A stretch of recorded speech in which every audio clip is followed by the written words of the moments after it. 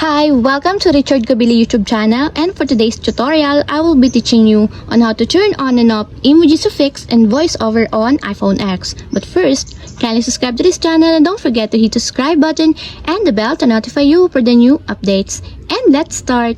Using your iPhone X, from your home screen first, go to Settings.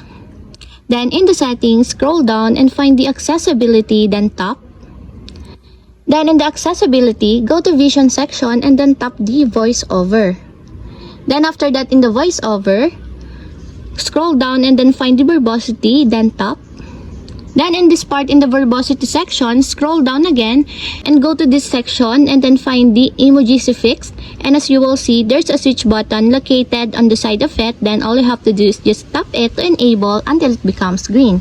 Speaks the word emoji when emoji are read in text content. And if you want to disable or turn off, just tap again the switch button. And that's it. We have successfully turned on and off emoji suffix and voiceover on iPhone X. If you have a question, kindly comment down below and don't forget to hit the subscribe button and the bell to notify you for the new updates. And thank you for watching!